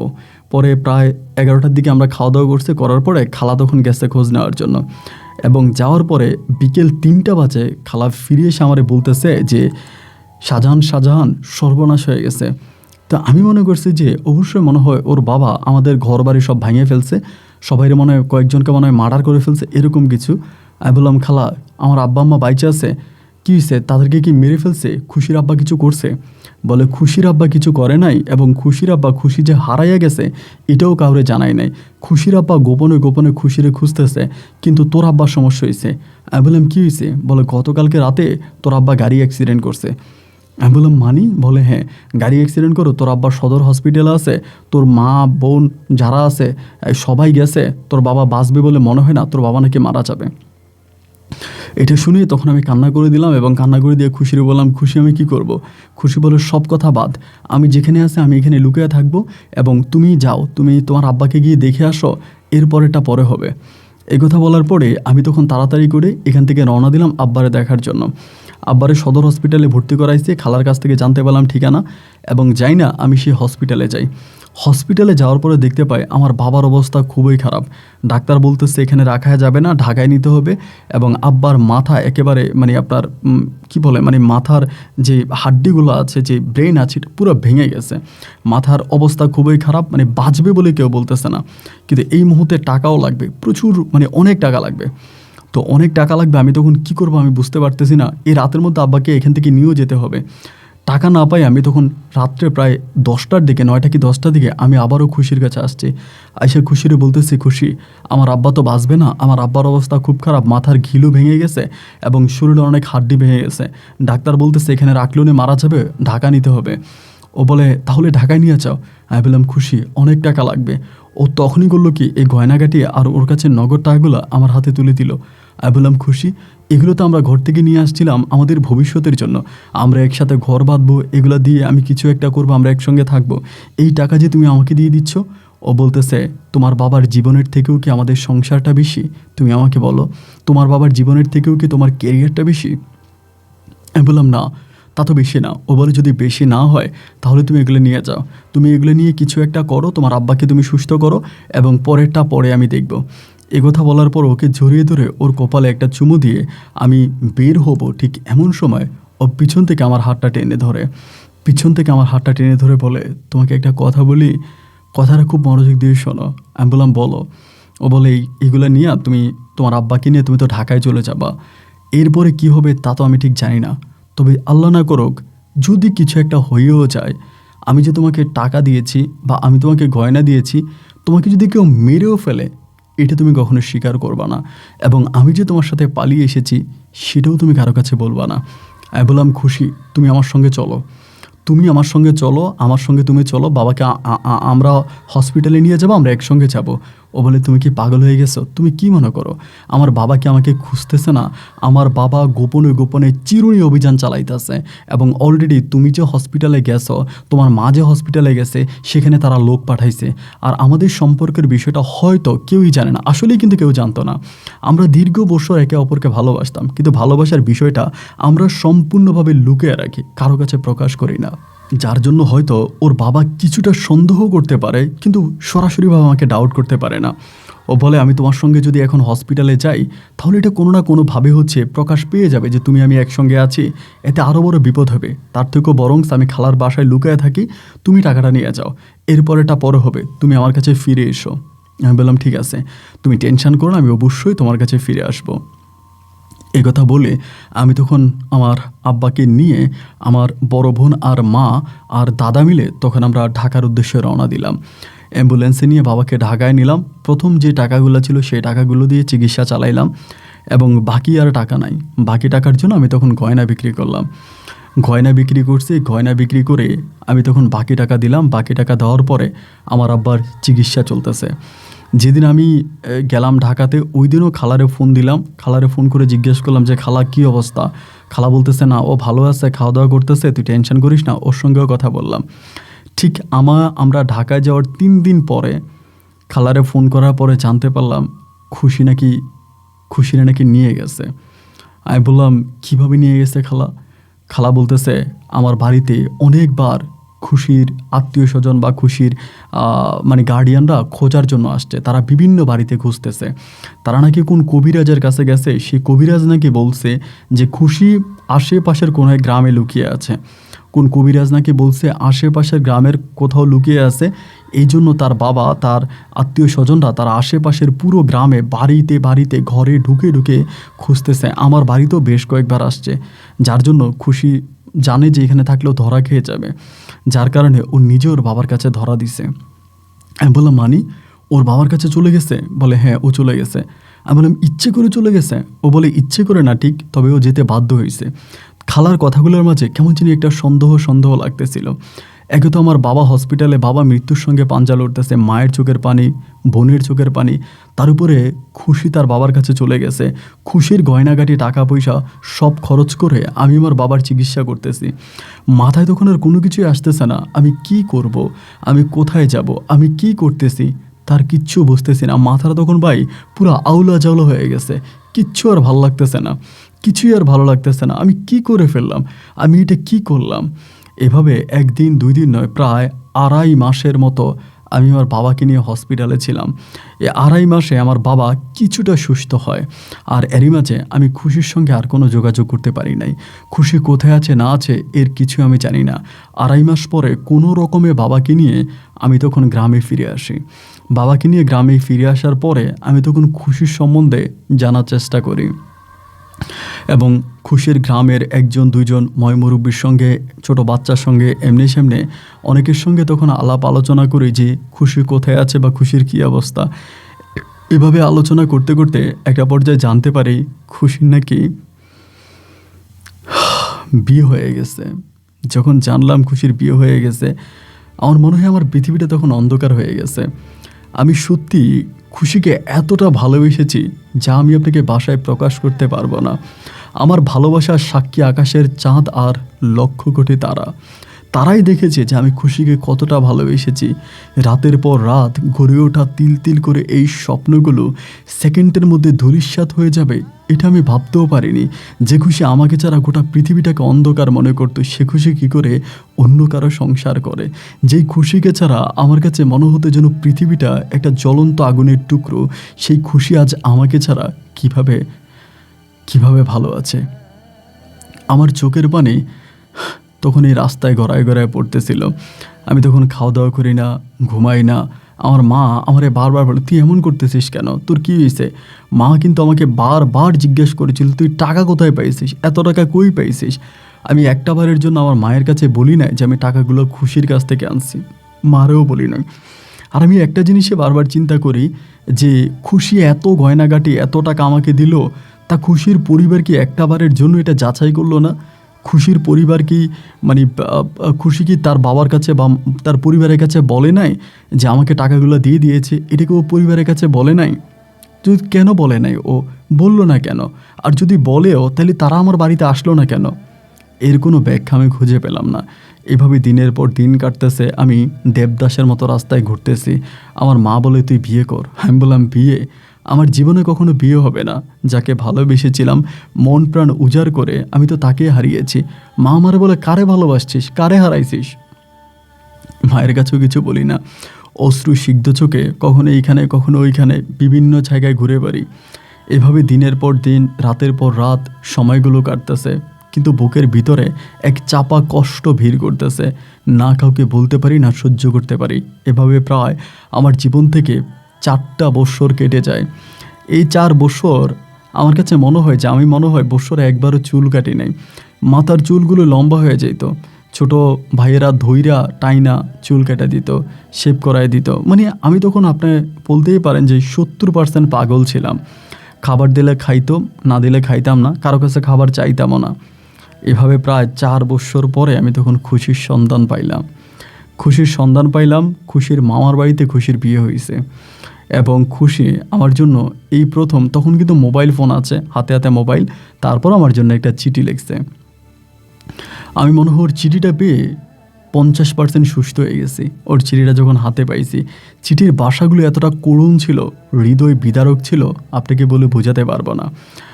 ও আমার ওই খালার বাড়িতে, যে খালার বাড়িতে আমার নিয়ে পালায় গেছিলো, ওই খালার বাড়িতে আমাকে চাইতে বলছে। আমার ছোট ভাইকে নিয়ে, আমার ছোট ভাইরে বলছে যে ওই বাড়িতে আমাকে নিয়ে যাওয়ার জন্য। তারপর আমার ছোট ভাই আমাকে ওই বাড়িতে নিয়ে যায়। নিয়ে যাওয়ার পরে আমার এই খুশির সঙ্গে 4 বৎসর পরে দেখা হয়। আমি ওর যখন দেখছিলাম, আমি কি করব আমি ঠিক বুঝতে পারতেছিলাম না ভাই। ওকে কি জড়াই ধরে চিৎকার করে কাঁদবো, নাকি কি করব? আমার মানে মাথায় আসতেছিল না, কিছু বুঝতে পারতেছিলাম না। শুধু হাবলার মতো করে ওর দিকে তাকাইছিলাম। ওই আমারে কাছে নিচে বসায়া আপেল আনছিল। আমার বলো আপেল খাও। আমি আপেল চিবাইতেছি, কিন্তু আমার গাল বেয়ে বেয়ে আপেল পড়ে যাচ্ছে, আমি গিলতে পারতেছি না। ওই আমারে বলে তুমি নাকি খাওয়া দাওয়া করো না, তুমি নাকি ঘুমাও না, তুমি এমন করো কেন? আমি বলো আমি কেমন করব, আমার তো কেউ নাই, আমার তো গোটা পৃথিবী অন্ধকার। ও বলে তুমি বিয়ে করবা। আমি বললাম না, আমি বিয়ে করবো না। ও বলে তোমার জন্য একটা মোবাইল ফোন আনছি, নাও এই ফোনটা তুমি নিয়ে যাও, আমি এটাতে মাঝে মাঝে তোমার সঙ্গে কথা বলবো। আমি বললাম তুমি আমাকে ফোন করবা? ও বলে হ্যাঁ, আমি তোমাকে ফোন করব। তুমি যদি ঠিক মতো খাওয়া দাওয়া করো, ভালোভাবে থাকো, তাহলে কিন্তু আমি ফোন করব। আমি বললাম আচ্ছা ঠিক আছে, তাহলে আমি ঠিক মতো থাকবো, খাওয়া দাওয়া করবো, তাই তুমি আমাকে ফোন করবা? বলে প্রত্যেক দিন করবো। সেদিন তার সঙ্গে প্রায় আধা ঘন্টার মতো ওই ঘরে ছিলাম। আধা ঘন্টা পরে ও তখন আবার চলে যায়, আমি তখন বাড়িতে চলে আসি। এরপর প্রতি রাতেও আমাকে ফোন করতো যে শাহজাহান তুমি খাইছো, তুমি ঘুমাইছো, তুমি ভালো আছো। আমার ফোন করতো, আমার সঙ্গে কথা বলতো। আমার খুব ভালো লাগতো ভাই। ওর ফোনটা যখন পাইতাম, গোটা পৃথিবীটা তখন আমার কাছে উজ্জ্বল তো মনে হইতো। ওর সঙ্গে কথা বলতাম এবং কথা বলতে বলতে আমি আবারও সেই আগের জায়গায় চলে যাই। একটু একটু একটু একটু করে ওর প্রতি আবারও দুর্বল হতে থাকে। আবারও ওর প্রতি আমার ইমোশন, আবেগ, প্রেম, ভালোবাসা কাজ করতে থাকে। এবং একইভাবে ও আমার প্রতি দুর্বল হয়ে যায়। ওর স্বামী বাংলাদেশেই থাকতো, তবে উনি অনেক বড় ব্যবসা করতো। এরকম করতে করতে আমরা দুজনে মোটামুটি একটা গভীর সম্পর্কে আবারও জড়িয়ে যাওয়ার পরে ও আমারে বলতেছে আমি এখন কি করব তুমি বলো। আমি তো তোমারেও ভুলতে পারতেছি না, এবং তোমাকে ভুলে আমার স্বামীর সঙ্গে যদিও 4টা বছর এবং তার একটা কন্যা সন্তান হয়, তার একটা মেয়ে হয়, বলে আমার একটা মেয়েও হয়েছে, আমি এখন কি করব? আমার হাজব্যান্ডকে আমি মন থেকে মানে গ্রহণ করতে পারতেছি না, বা তোমার এত কষ্ট, তোমার এত যন্ত্রণা আমি সহ্য করতে পারতেছি না, আমি এখন কি করব তুমি আমারে বলো। আমি শুধু তার একটা কথাই বলছি, আমার তোমাকে ছাড়া কিচ্ছু ভাল লাগে না। তো এরকম করতে করতে 1 দিন 2 দিন 3 দিন হইতে হইতে একটা সময় ওর হাজব্যান্ডের সঙ্গে ঝগড়া লেগে যায়। মানে এই যেহেতু ও এই সংসারে থাকবে না, বা আমি ওকে এদিক দিয়ে ডাকতেছি, পরকীয়ায় জড়ায় গেছে, তো যার জন্য ওর হাজব্যান্ডের সঙ্গে আর ভালো নাই। এর মাঝে বেশ কয়েকবার আমার ওই খালার বাসায় এসে আমার সঙ্গে দেখা করছে, একসঙ্গে ছিলামও। এবং একটা পর্যায়ে ও হাজব্যান্ডকে বলতেছে যে আমি থাকবো না তোমার সংসারে। এই নিয়ে ঝগড়াঝাটি করে ও আমারে বলতেছে আমি চলে আসবো। এবং এইটা বলার পর একদিন ও কী করছে, তার হাজব্যান্ডের সঙ্গে ঝগড়া করে তার মেয়েটাকে নিয়ে তার বাবার বাড়িতে চলে আসে। এরপরে তার হাজব্যান্ড তাকে অনেকবার নেওয়ার চেষ্টা করে, কিন্তু ও আর যায় না। না যাওয়ার পরে ও তখন ওর হাজব্যান্ডকে বলে ডিভোর্স করে দিবে। হাজব্যান্ডকে ডিভোর্স করে দেয়। ডিভোর্স করে দেওয়ার পরে হাজব্যান্ডের কাছ থেকে যে কাবিনের টাকা হয়েছিল ওই টাকাটা পায়, কিন্তু ওর মেয়েটাকে ওর হাজব্যান্ড নিয়ে যায়। মেয়েটাকে নিয়ে যাওয়ার পরে ও হাজব্যান্ডকে ডিভোর্স করে দেওয়ার পরে ওর বাবা মা কেউই আর ওর সঙ্গে কথা বলে না। সবাই ওর সঙ্গে দুর্ব্যবহার করে, খারাপ ব্যবহার করে, এবং সবাই বলে তুই খারাপ হয়ে গেছিস। ওরে আর কেউ মূল্যায়ন করে না যে কেন হাজব্যান্ডকে ছেড়ে দিল, কেন হাজব্যান্ডকে ছেড়ে দিল। সবার একটাই প্রশ্ন, তুই হাজব্যান্ডকে ছাড়লি কেন, কেন ছেড়ে দিলি। কিন্তু সত্যিকার অর্থে কি ভাই, তার হাজব্যান্ডটা আসলে অনেক ভালো মানুষ ছিল, কিন্তু ও আর মানতে পারতেছিল না। মানে আমার জন্য ওর যে একটা প্রেম, একটা টান, একটা ভালোবাসা, এই জন্য ও পাগল হয়ে গেছিল। শেষ পর্যন্ত হাজব্যান্ডকে ছেড়ে দিয়ে ওই তখন চলে আসলো ওর বাবার বাড়িতে, এবং এরকম করে আমার সঙ্গে কথা বলতে বলতে বলতে বলতে একটা পর্যায়ে ও ওর বাবাকে জানাইছে বিষয়টা, যে এমন এমন ঘটনা, আমি শাহজাহানকে পছন্দ করে ওর কাছে যেতে চাই। ওর বাবা ডিরেক্ট বলে দিছে যে আমি তোরে কখনোই ওই পরিবারে দিব না, যদি তোর যাইতেই হয় তবে তুই চলে যা, কিন্তু কোনোদিনও আমাদের পরিচয় কারো কাছে দিতে পারবি না। আমরা যে তোর বাবা, আমাদের ঠিকানা, আমাদের পরিচয় কারো কাছে দিতে পারবি না। মনে রাখবি, যদি তুই শাহজাহানের কাছে চলে যাস তাহলে এটাই হবে তোর এই পরিবার থেকে শেষ চলে যাওয়া। আমরা কোনোদিনও তোকে আর এই পরিবারে গ্রহণ করব না। ও আমারে বলে আমি এখন কি করব। আমি বললাম তুমি আমার কাছে চলে আসো, যেহেতু তোমার হাজব্যান্ডকে ছেড়ে দিছো তাহলে তো আর এখন চিন্তা করে লাভ নাই। তুমি চলে আসো, আমরা একসঙ্গে থাকবো ইনশাল্লাহ। আমরা সব কিছু ভুলে নতুন করে একটা মিষ্টি মধুর সংসার শুরু করব। এবং এরকম করে বলার পরে ও একটা সময় ঠিকই আমার ভালোবাসার টানে ও একদিন ওর বাবা মাকে না বলে ওই বাড়ি থেকে চলে আসে, আমাদের বাড়িতে আসে, এবং আসার পরে আমরা বিয়ে করি। বিয়ে করার পর ওর বাবা মা অনেক হামকি দামকি, যায় ঝামেলা, অনেক কিছু করে, অনেক সমস্যা করে, অনেক লোক পাঠায়, এটা সেটা করে, কিন্তু ও অনেক স্ট্রং ছিল। ও বলতেছে আমি নিজে বিয়ে করছে, আমার আব্বা কি করবে। ওর আব্বা অনেক চেষ্টা করছে ঝামেলা করার জন্য, কিন্তু ওর বাবা আসলে তেমন কোনো বড় ধরনের ঝামেলা করতে পারেনি। শেষ পর্যন্ত আমি ওর সঙ্গে আছি আলহামদুলিল্লাহ। এত কিছু হওয়ার পরেও যে আমরা একসাথে হতে পেরেছি, এটাই হয়তো আল্লাহর কাছে সবচেয়ে বড় পাওয়া। এরকম করে দুজনে একসাথে চলতেছি, ফিরতেছি, ঘুরতেছি, কিন্তু ওর মেয়েটার জন্য খুব কান্না করতো, এবং মাঝে মাঝে ওর মেয়েটা ও দেখতে যাইতো, এবং মানে মেয়েটাকে দেখতে আবার চলে আসতো, কিন্তু ওর মেয়েটার জন্য ওর খুব মায়া ছিল, খুব ভালোবাসা ছিল। এরকম করে দিন আর রাত আর দিনগুলো কাটতে কাটতে একটা সময় ও তখন বলতেছে যে তুমি এখন কি করবা, তুমি তো কোনো কিছুই করো না, 4 বছর তো পাগলে ছিলে, এখন তো কিছুটা ভালো হয়েছ, এখন এভাবে তো জীবন কাটতে পারে না, তুমি কি করবো আমাকে বলো। আমি বললাম কি করব, কিছু একটা তো করা দরকার, আমি কি করব। ও বলে তোমাকে একটা কথা বলি, তুমি আমার কথাটা শোনো, তোমার জন্য ভালো হবে। আমি বললাম হ্যাঁ ভালো হবে, কি ভালো বলো। ও বলে আমার একটা বান্ধবী আছে, ওর হাজব্যান্ড সৌদি আরবে থাকে, এবং সৌদি আরবে ওনার ভালো ব্যবসা আছে, তা আমি আমার বান্ধবীর সঙ্গে কথাবার্তা বলে তোমাকে সৌদি পাঠিয়ে দিই। আমি বললাম এটা তুমি কি বলো, আমরা বিয়ে করছি সবে মাত্র, আমরা একসঙ্গে তো থাকি কয়েকটা বছর, আমি দেশে কিছু একটা করি, এরপরে না হয় চলে যাবো। ও বলে না, তুমি দেশে কিছু একটা কইরো না, আর আমি তোমাকে কেন বলতেছি সৌদি আরব চলে যাওয়ার জন্য, এটা আমি যেমন করে বুঝি তুমি আমার থেকেও ভালো বুঝো। আমি বললাম আমি তো বুঝি না, কেন তুমি আমাকে বলতেছো। ও বলে তুমি কি সত্যিই বুঝো না। আমি বললাম যে না। ও বলে আমার আব্বা তোমাকে মেরে ফেলার জন্য লোক ভাড়া করতেছে, আমার আব্বা কিন্তু তোমাকে মেরে ফেলবে, এবং সুযোগ পাইলে আব্বা তোমাকে মেরে ফেলবে। আমি তোমাকে নিয়ে অনেক ভয়ে আছি, আমি মেয়ে মানুষ, আমি আমার বাবার মেয়ে, আমার তেমন কিছু করবে না। আর তোমার যে ভাইয়েরা আছে তারা তো তোমার বাবা মাকে দেখতেই পাবে, কিন্তু তোমাকে নিয়ে খুব রিস্কে আছি, তুমি চলে যাও। আমি বললাম যে তুমি কি এই জন্য আমাকে সৌদি পাঠাইতে যাচ্ছ। ও বলে হ্যাঁ, আমি এই জন্যই বলছি তুমি চলে যাওয়ার জন্য। তারপরও আমাকে বুঝিয়ে শুনিয়ে বললো যে তুমি চলে যাও। দেন আমি আসলে ভাই যেতে চাই না, তারপরও যেহেতু বারবার বলতেছে, কান্নাকাটি করতেছে, আমাকে বুঝাইতে আসে, একটা পর্যায়ে ওর মুখের দিকে তাকায় তখন রাজি হলাম যে আচ্ছা ঠিক আছে যাবো। এবার ওর বান্ধবীর সঙ্গে কথাবার্তা বলে আমি পাসপোর্ট করে ওর বান্ধবীর জামাইকে দিই। আলহামদুলিল্লাহ অল্প দিনের ভিতরেই তখন সৌদি থেকে আমার ভিসা আসে। সৌদি থেকে ভিসা আসার পরেই আমি তখন সৌদি আরবে চলে যাই, ফ্লাইট করি, বা এতে অনেক আছে আপনার। আমি একটা সময় সৌদি আরবে চলে যাই। যাওয়ার পরে ওর সঙ্গে আমি তখন ফোনে কথা বলতাম, ওর বান্ধবীর হাজব্যান্ড আমাকে যে কথা বলে নিয়ে যায় সেই কাজটাই কিন্তু আমাকে দেয়। আমার বেতনও বেশ ভালো ছিল, এবং আমি তখন শুধুমাত্র খুশিকে এত ভালোবাসতাম যে আমি যাওয়ার সময় খুশি নামে অ্যাকাউন্ট করে যাই, এবং আমি খুশির অ্যাকাউন্টে টাকা পাঠাই, ওর সঙ্গে কথাবার্তা বলি, সব কিছুই ঠিক আছে।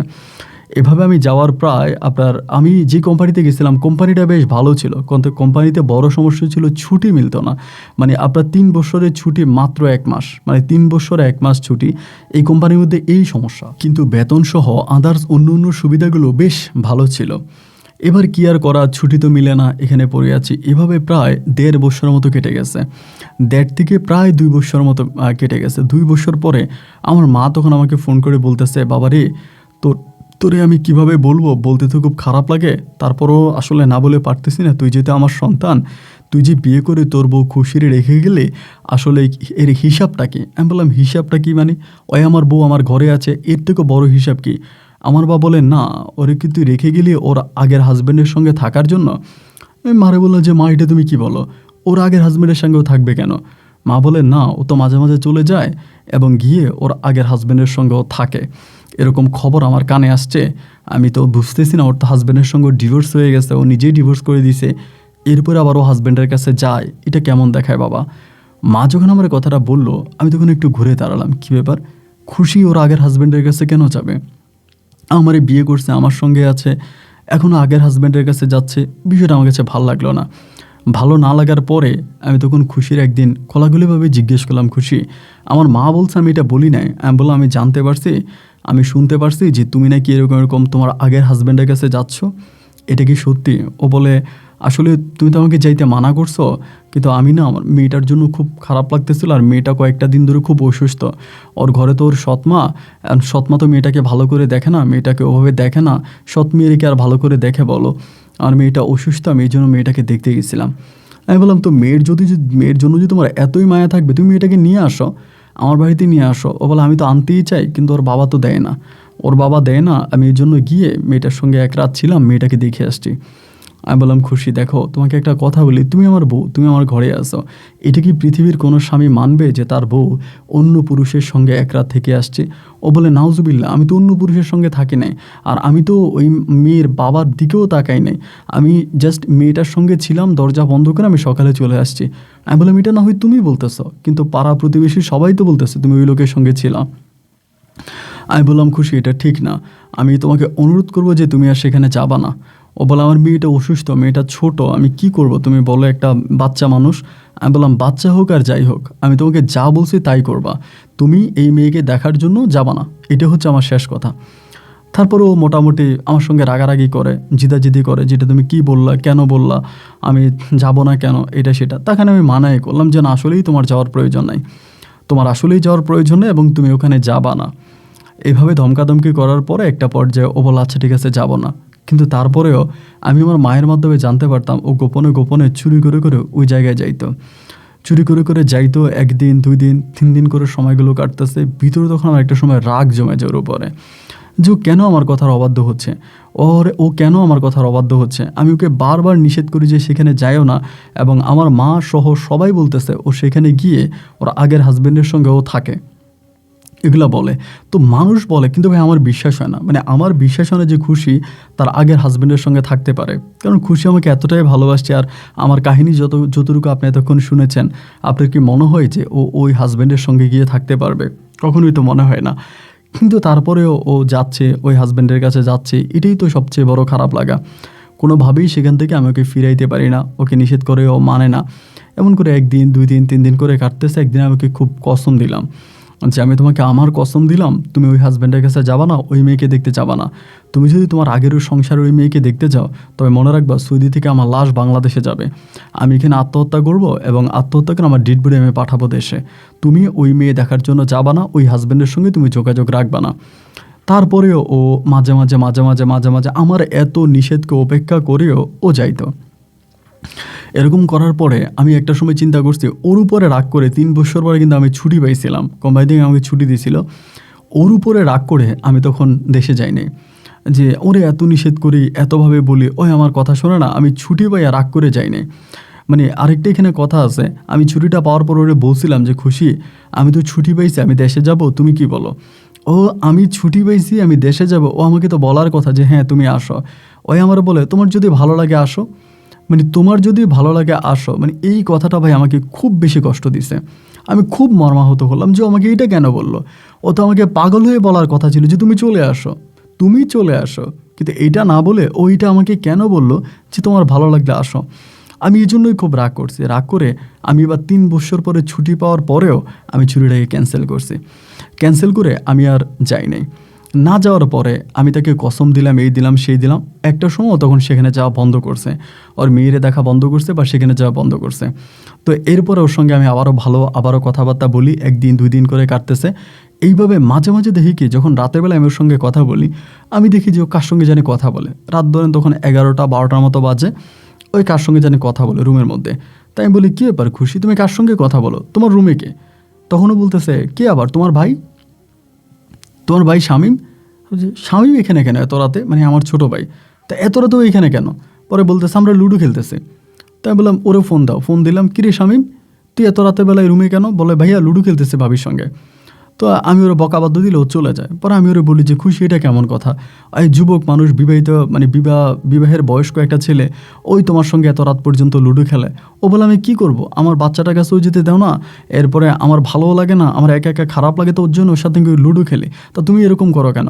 মানে আমি যখনই স্বামীর বিষয়ে কিছু বলি ও তখনই খেপে যায়, রেগে যায় এবং আমার সঙ্গে দুর্ব্যবহার করতে শুরু করে। তখন আসলে আমার খুব কষ্ট হতো যে কী ব্যাপার, ও একটার পর একটা এরকম করে কেন। তারপর আমি আর শেষ পর্যন্ত আমার ভাই শামীম যখন ওর ঘরে আসতো, আমি আর ওরে নিষেধ করতাম না, ওরে আর কোনো কিছু বলতাম না, ওরে কোনো কিছু নিষেধও করতাম না, ওরে কোনো কিছু বলতামও না। এরকম করেই ধরেন তখন সময়গুলো কাটতেছে। এই করতে করতে ও স্বাস্থ্য মোটামুটি একটু বেড়ে যায়, একটু স্বাস্থ্য বাড়ার পরে আমি বললাম তুমি ডায়েট করো, খাওয়া দাওয়া কমাও, এটা ওইটা অনেকভাবে ওকে আমি বুঝাচ্ছিলাম। যাই হোক, এরকম করে সময়গুলো কাটতে কাটতে একটা পর্যায়ে আমার মা তখন আমাকে বলে, ওই মা আমার আগের মতো করেই বলে যে বাজান রে, আসলে কি আর বলবো তোরে, তোর ভাইরে, তুই বিয়ে করে গেলে তোর বউ কি, তোর ভাইও থাকবে নাকি তোর বউর সঙ্গে, এমন করে মা বলে। আমি মায়েরে বললাম যে মা এটা তুমি কি বলো? মা বলে আমি কি বলবো, তোর ভাইয়ের রাতে তো কাটে তোর বউয়ের ঘরে, তোর ভাইয়ের রাতে কাটে তোর বউয়ের ঘরে। তাই আমি বললাম আমার বউয়ের ঘরে আমার ভাইয়ের রাত কাটে, তা এটা কি তুমি কোনো কিছু বলো না, তোমার কি কোনো কিছু বলার নাই? মা বলে আমি আর কত বলবো, আমি না হয় আমার ছেলেরে আমি সামলাইলাম, আমিও আমার ছেলেরে যাইতে মানা করি, কিন্তু তোর বউ তো ওরে ডাইকে নিয়ে যায়। এবং শুধু তাই নয়, মানে দিন হইলে তোর বউ তারে নিয়ে কই জানি চলে যায়, বাইরে বাইরে তারে নিয়ে ঘুরে। আমি কিন্তু এগুলো জানতাম না, কারণ কি ভাই জানেন, আমি যেখানে কাজ করি ওখানে সময় পাই না, সময়টা খুব কম পাই, এবং নির্দিষ্ট একটা সময় আছে ওই সময়ে ফোন দিতে পারি, তার আগে পরে আর কল দিতে পারি না। এরপরে ওই যখন এটা বললাম, আমি বললাম আপনি বলেন কি, বলে তুই আশেপাশে 2-1 মানুষকে জিজ্ঞেস কর। এবার আমি আশেপাশের 2-1 মানুষকে ফোন করে, আমাদের এলাকাতে ফোন করে জিজ্ঞেস করি যে ঘটনা কি এমন এমন। সবাই তখন বলে আরে ভাই আপনার বউ তো থাকেই আপনার ভাইয়ের সঙ্গে, আপনার ভাই শামীমের সঙ্গে থাকে, শামীমের সঙ্গে সিনেমা দেখে, মার্কেটে যায়, এমন কোনো দিন নেই ও শামীমের সঙ্গে যায় না। এটা বলার পরে এই ঘটনার প্রায় 3 থেকে 4 দিন পরে একদিন আনকমন একটা সময় আমি তারা ফোন দিলাম। এই সময় কিন্তু ফোন দেওয়ার কথা না, বাংলাদেশ সময় তখন 2টার মতো বাজে। ওই তখন কলটা রিসিভ করছে, বাট চারদিকে অনেক গাড়ির সাউন্ড। আমি বললাম তুমি কোথায়? ও বলে আমি একটু মার্কেটে আসছিলাম। কার সঙ্গে? শামীম ভাইয়ের সঙ্গে। তা তুমি শামীমের সঙ্গে গেলা কেন? ও বলতেছে তো আমি কার সঙ্গে আসবো, তোমার ছোটো ভাইয়ের সঙ্গে আসবো না? আমি বললাম কারে বলে গেছিলাম? ও বলে তোমার আম্মারে বলে আসছি। আমি বললাম তোমার সঙ্গে কালকে রাতে আমার কথা হয়েছে, তুমি তো আমাকে বলো না আজকে মার্কেটে যাবা। ও বলে আসছিলাম আর কি, তাতে কী হয়েছে? আমি তখন গালাগালি শুরু করছি, তুই আসবি কেন, মানে খুব গালাগালি করছে। ওরও গালাগালি করছে, শামীমরাও গালাগালি দিচ্ছে, কইরা রাগ করে আমি তখন ফোন লাইনটা কেটে দিয়েছি, দূর আর কারোর সঙ্গে কথা বলবো না। আমি পুরো 15 দিনের মতো মোবাইল বন্ধ রাখছি, 15 দিন কারোর সঙ্গে কথা বলি নাই, 15 দিন কারোর সঙ্গে কথা বলি না, এবং 15 দিন আমার মোবাইলটা পুরোপুরিভাবেই বন্ধ। 15 দিন পরে আমি মোবাইলটা ওপেন করছি, ওপেন করে আমি একটু মার সঙ্গে কথা বলবো, একটু আম্মার সঙ্গে কথা বলবো, এটা চিন্তা করে মায়েরে তখন ফোন দিলাম। ফোন দিয়ে বললাম মা তুমি কেমন আছো? মা বলে তোর মোবাইল বন্ধ কেন? আমি বললাম মোবাইল বন্ধ, তা কী হয়েছে? মা বলে যা হবার তা হয়েছে। আমি বললাম যা হবার তা হয়েছে মানে কী হয়েছে? মা বলে কী আর হবে, তোর বউ গর্ভবতী। আমি বললাম মানি, আমার বউ গর্ভবতী মানে এটা তুমি কী বলো? বলে আমি আর কি বলবো, তুই কুদ্দুস ডাক্তারে কল দে। কুদ্দুস ডাক্তারের কাছে নিছিলাম, ডাক্তারে আমার এটা বলছে। আর কি বলবো, এখন বাচ্চা কি তোর ভাইয়ের, না তোর এই আগে যারে বিয়ে করছে তার, না কার বাচ্চা, আমি তো বাজান আর কইতে পারি না। তো আমার তো আর মাথায় কোনো কিছু আসতেছে না, আমি আর কি বলবো, আমার তো আর কোনো কিছু শান্তি লাগতেছে না। ওর কাছে নিয়ে গেছিলাম, ও এটা বলছে। আমি যে কুদ্দুস ভাই এটা বলছে? বলে হ্যাঁ, কুদ্দুস ডাক্তারে বলছে। মাল লাইনটা কেটে দেওয়া সঙ্গে সঙ্গে ওই কুদ্দুস ডাক্তারের ভাইয়ের নাম্বার আবার আমার কাছে ছিল, তার ভাইয়েরে ফোন করছে, ভাই আবার ঢাকায় থাকে। ওর ভাইয়েরে ফোন দিছি, ফোন দিয়া বললাম যে সুমন ছিল না, যে সুমন ভাই এমন এমন, কুদ্দুস ভাইয়ের নাম্বারটা দেন। পরে তার কাছ থেকে ডাক্তার কুদ্দুসের নাম্বারটা নিয়েছি, নিয়ে ওই সময় আমি ডাক্তার কুদ্দুসরে ফোন দিছি। ফোন করে বললাম ভাই আমারে চিনছেন, আমি শাহজাহান সৌদি থেকে বলতেছিলাম। বলো হ শাহজাহান চিনছে তো, তোর মা তোর বউ তো আমার কাছে আসছিল। আমি বললাম কী হয়েছিল আমার বউয়ের? বলে কী আর হবে, যেটা হবার সেটাই, তো মনে হলো গর্ভবতী। আমি বললাম, গর্ভবতী? কি বলেন আপনি এটা? আমি তো বিদেশেও, গর্ভবতী হলো কেমনে? বলে, ভাই কি আর বলবো, তোর বউ যা করে তোর ছোটো ভাইয়ের সঙ্গে, তোর ছোটো ভাই সারা রাত তোর বউয়ের রুমে থাকে এবং তারা রাত বিরাতে বাইরে চলে যায়, বাইরে হাঁটাহাঁটি করে। এগুলো কী বলবো, আমার আসলে বলার কোনো ভাষা নাই। তো লজ্জা শরমে তো কারো কাছে মুখ দেখাইতে পারি না, বিয়ে করে গেলি তুই, থাকে তোর ভাইয়ে। মানে তখন আর নিজের রাগটারে কন্ট্রোল করতে পারি না। কন্ট্রোল করতে না পাইরা আমি তখন এই তারই ফোন দিলাম, খুশিরে কল দিলাম। আমার জীবনে আমি কখনোই তার সঙ্গে এত খারাপ ব্যবহার করি নাই। মুখ থেকে যা আসছে তাই বলে তারা গালাগালি করছে। গালাগালি ইচ্ছা মতো করে মোবাইল ফোনটা কেটে দিছে। কেটে দিয়ে মোবাইলটা একটা আসার দিয়ে ভেঙে ফেলছে।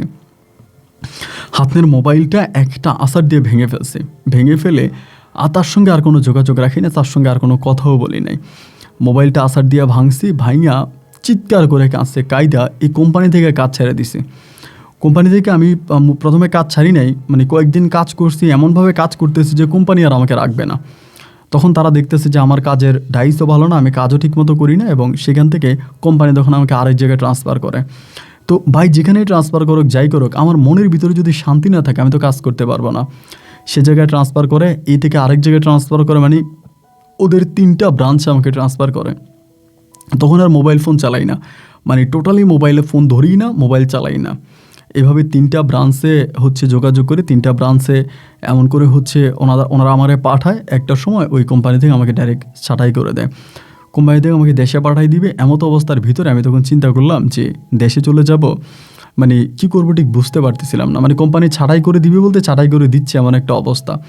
পরে লাস্ট এটা 3 বছর পরে, 3 বছর পরে কোম্পানি, 3 থেকে 4 বছর পরে, প্রায় আনুমানিক 4 বছরে হবে, 4 বছর পরে কোম্পানি দেখতেছে আমার প্রতিটা জায়গায় গলত। এরপরে সেখান থেকে আমি তখন 4 বছর পরে, আমাদের বাংলাদেশি একজন ভাই ছিল ওই কোম্পানিতে, উনি আবার ম্যানেজারের মতো পোস্টে ছিল, উনি আমাকে সাহায্য করে। ওনার কারণেই কিন্তু আমাকে ছাঁটাই করে না।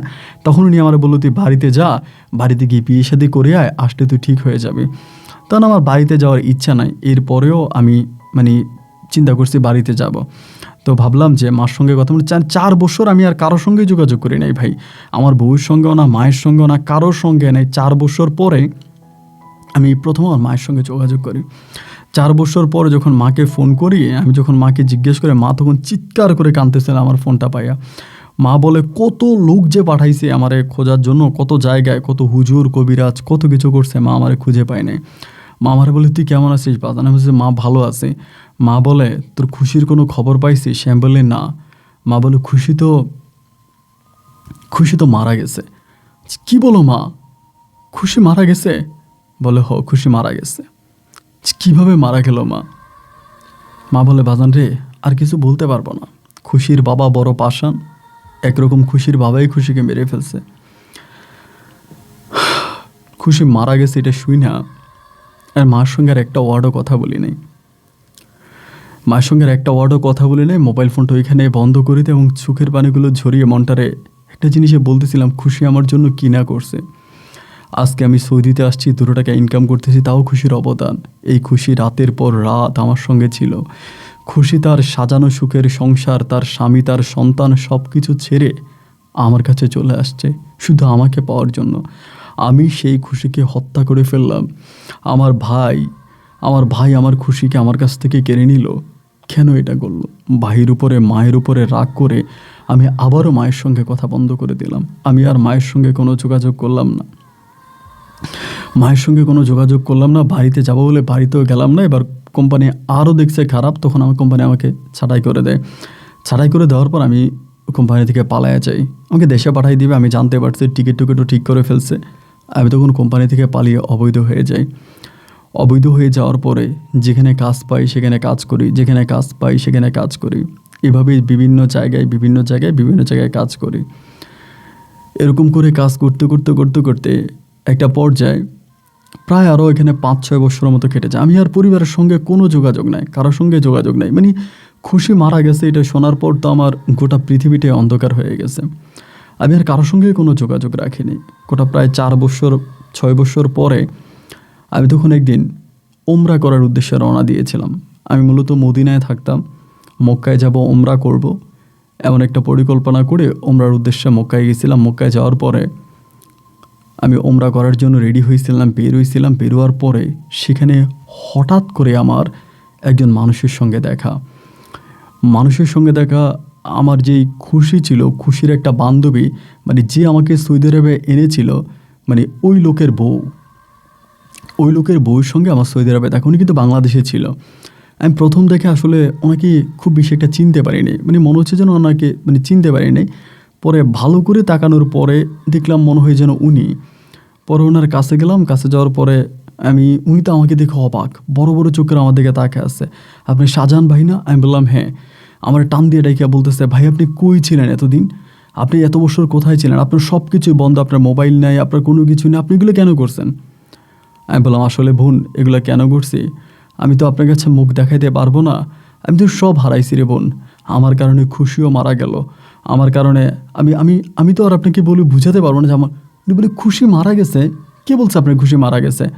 আমি বললাম বাংলাদেশ থেকে আমার মা বলছে খুশি নাকি মারা গেছে। বলে কে বলছে খুশি মারা গেছে? খুশি তো আমাদের বাসায়। আপনার বাসায়? বলে হ্যাঁ আমার বাসায়। আমি খুশি না মারা গেছে?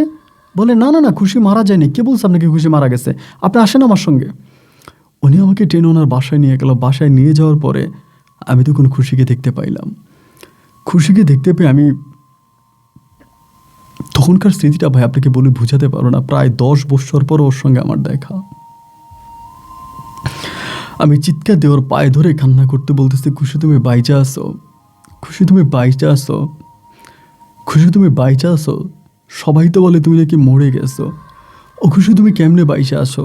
কেউ তো বলে না তুমি বাইচা আসো, সবাই যে বলে তুমি মারা গেছো। খুশি তুমি বাইচা আসো। বলে হ্যাঁ, আমি সবার কাছে আসলে মৃত। আমি তোমার ঘর থেকে যখন বের হয়েছিলাম তখন আমি আর কারোর সঙ্গেই যোগাযোগ করিনি, কারোর সঙ্গেই কোনো কথা বলিনি। আমার বাপ মা, আমার সন্তান, আমি কারোর সঙ্গেই কোনো যোগাযোগ রাখিনি।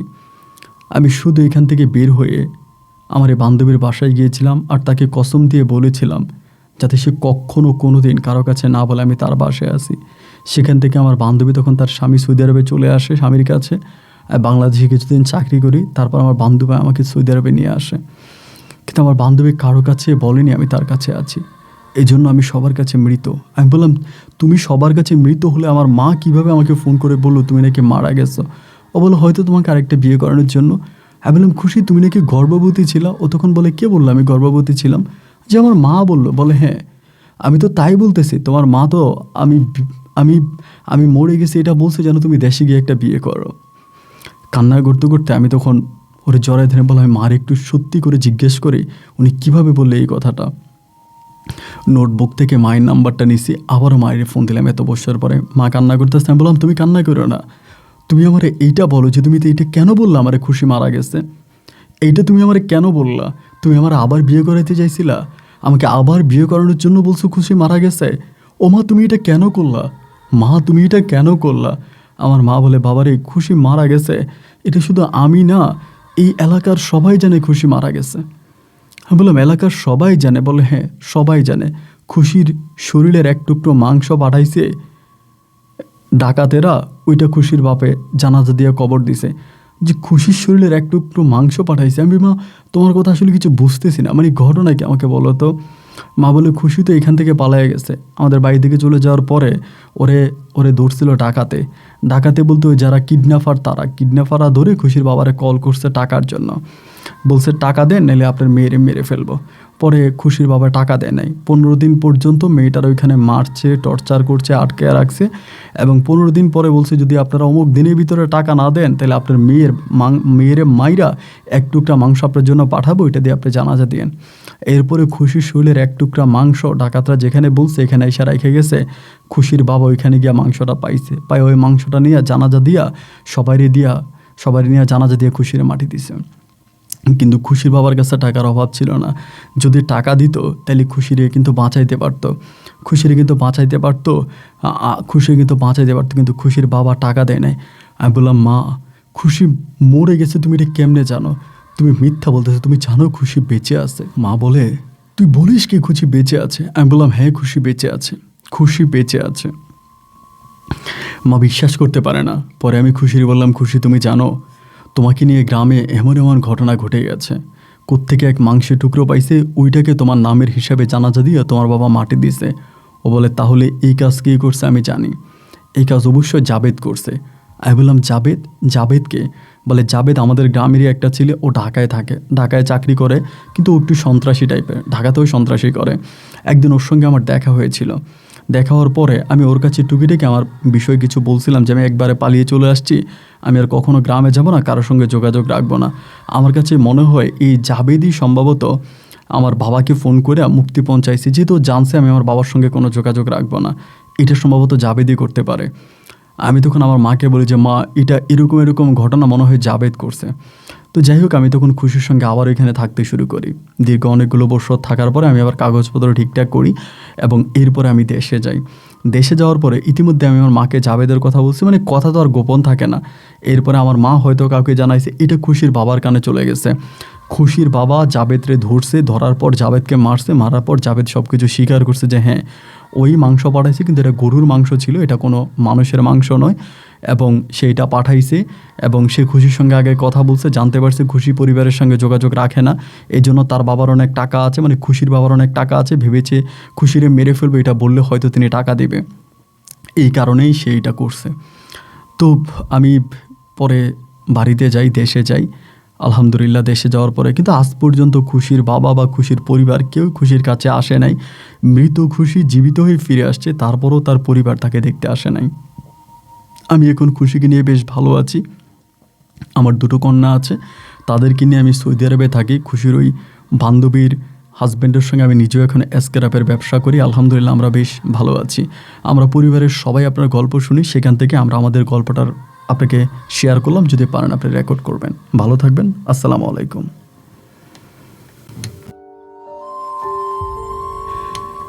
বন্ধুরা, সবাইকে অনেক বেশি ধন্যবাদ এ পর্যন্ত আমার সঙ্গে থেকে বরিশালের ভাই সৌদি প্রবাসী মোহাম্মদ শাহজাহান মীরের জীবনের হৃদয় বিদারক করুণ বাস্তব গল্পটা শোনার জন্য।